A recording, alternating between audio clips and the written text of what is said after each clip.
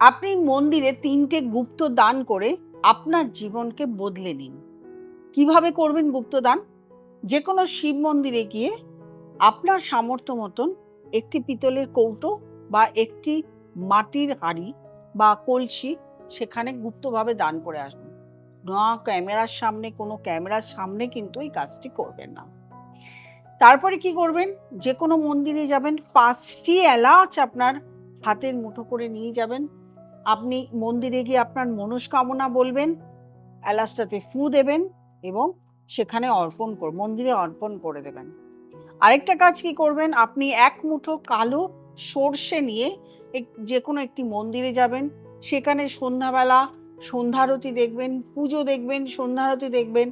সমস্ত কিছু শেষ হয়ে গেলে তারপরে আপনি মন্দির চত্বরে নিজে হাতে কালো সর্ষেটাকে ছিটিয়ে দিয়ে আসবেন। আপনার জীবন বদলাবেই। যেরকম জীবন চলছিল তার থেকে ভালো থাকবেন, বেটার থাকবেন।